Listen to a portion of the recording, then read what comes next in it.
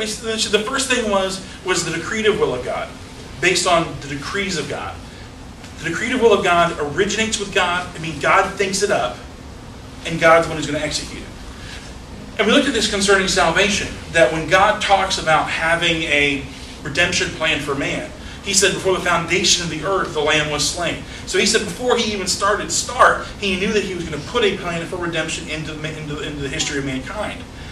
That was going to be contingent on nobody else but Him executing.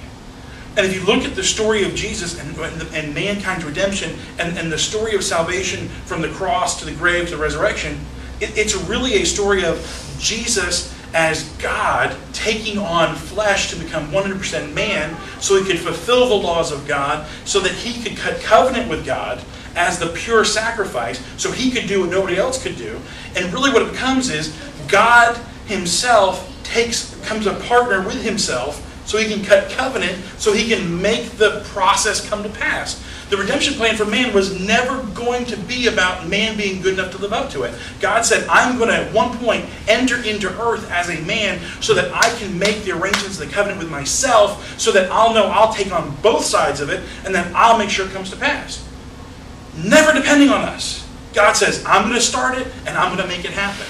Now, there are things we know God says is going to happen. Listen, God says there's going to become a time where Jesus is going to come back. That's not depending on what we do. That's set in stone. That's a decree from God. There's going to be 1,000-year reign on this earth. This earth will be passed away with fire. These are the things that God has said He is going to do. It's not up to us to say, well, God, do we need to bring fire now? I think sometimes we're so fast to try to jump on to the things that God said He's going to do that we want to do it ourselves. It's like, God, I have a whole list of people that I will gladly set on fire right now. And God's like, listen, I don't need you setting anyone on fire. I will handle that. The issue is, when it comes to us, there's the preceptive will of God. And the preceptive will is different from the decretive will, because these are the things that God has determined. They're God's ideas, but we're the ones who operate in them. It's God's thoughts, but it's His thoughts about how He wants us to exist.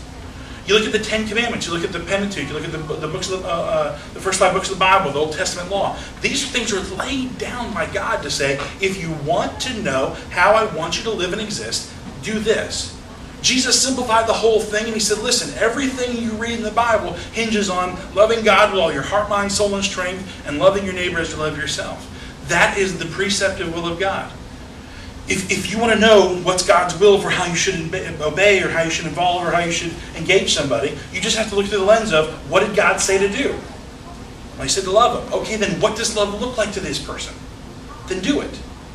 The preceptive will becomes really pretty easy, because this is just simply looking through the book and saying, okay, God said do this, God said do that. Do it. But sometimes it's not just what's in the book, but it's also the thing God lays on your heart. There's sometimes God will give you directions that you need to know for certain things. There's sometimes God will deal with you saying, listen, why don't you fast some? Take this week and I want you to fast, or commit your time during lunch to praying, or you know what? I've had God direct me to, you need to stop drinking soda. Well, I don't know why. I mean, other than I know soda's not good for me. But okay, fine. We're sensitive to that. But that voice of God, that step-by-step leading, that's part of God's preceptive will. Now, the third will we looked at was the permissive will. And I think this is the one that gets us in the most trouble. The permissive will of God is the things that we come up with and the things that we do separate from and apart from God's will, design, or plan. There are things that God looks, and it's all throughout the book of Acts, He says, listen, one of my favorite ones, we looked at this last few weeks, He said, in the Old Testament times, He goes, people would worship false gods. And He said, I let them worship false gods in the hope that in their pursuit of something spiritual, in their pursuit of trying to express their spiritual longing, they'll find me. But He goes, now that Jesus has come and the way has been presented, I'm not going to stand for this anymore. Well, that's God saying, listen, I'm not for you worshiping foreign gods and worshiping idols. I'm expressly told you not to. But we will permit it because there's something you're trying to do. There's sometimes God allows us to do things because it goes back to our nature that He's built us in. The permissive will of God, too, becomes the place where I think we get in trouble as believers because we either fall into two extreme categories. We either live in the category of saying, I can keep doing whatever it is I'm continuing to do that may be against God's preceptive will because He hasn't struck me down yet. Like, well, if God was really serious about this, He would have smited me or something. If this was really wrong and really out against His will, surely He would have, sent locusts or boils or, He would have done something bad to me to let me know. That goes against His nature. He'll correct you, He will discipline you, but He's not going to punish you. So we err on the side of saying, I can do whatever I want because God's obviously not angry about it. He's obviously not serious about it. Or do we go to the other side and we try to think God's interested in every minute detail? And listen, God loves us enough that He knows the very hairs on our head. And some of us with less than others. Some of us it's easier to count, He knows which hairs have been dyed and which ones haven't been. Wow. I had to make sure I kind of cut across the head of my head. So God knows us. God is interested in us, in loving us in the minutia. But sometimes we have to be able to move forward in life without being bound to, I can't move forward until God tells me exactly what I'm supposed to do next. You have a logical brain for a reason. As we looked at this last week, the pattern that was laid out by the early apostles was this. Listen, pray about it, ask God, and then just do what makes sense. Okay, listen, my plan is we're going to come back here next week and we're going to have service and it's going to be great. But you know what? Something can happen between here and then that may change my whole plan. That's fine. My plan is we're going to save up this money and we're going to go on vacation. And we're going to have a great time. I can't wait and we're really looking forward to it. But I'm always open to the fact that God may prompt me to take that money and do something else with it. He may ask for it in a way. And I have to be sensitive enough to saying, it's really not mine. You really are sovereign. You can take this and it's okay. I know people who have spent significant time in prayer going into meetings asking God for what color dress they were supposed to wear.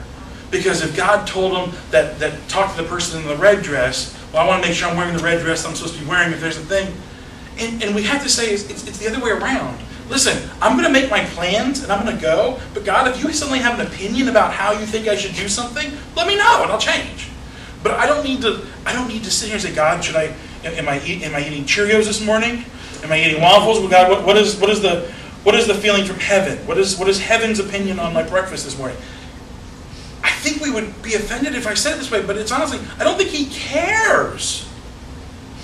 But just have breakfast. Thus says the Lord. Incoming message from the big giant head. Have breakfast. Incoming message from the big giant head. Is it this way or is it this way? I don't remember. I'll go back and find it now. I gotta look it up. Breakdance. Breakdance. Pop it and lock it. That's what we do. Yeah. Only on Saturday nights though. The church, that doesn't make sense. That works fine for me. So we have to live our lives by saying, listen, God, and I'll tell you, this is where people get messed up too. Well, what does God want me to do? What should I do for a living? What career should I have? God, what should my major be in college? I don't know. What do you like to do? What could you do every day of the rest of your life and not want to kill yourself? That's a good place to start. Because if there's something He wants, He knows how to get in touch with you. He will find a way. If you will be open. But the permissive will says, go for it. There's things, it's okay for you to come up with ideas and run with them. As long as you're open to the prompting of the Spirit of God to change your course as you go.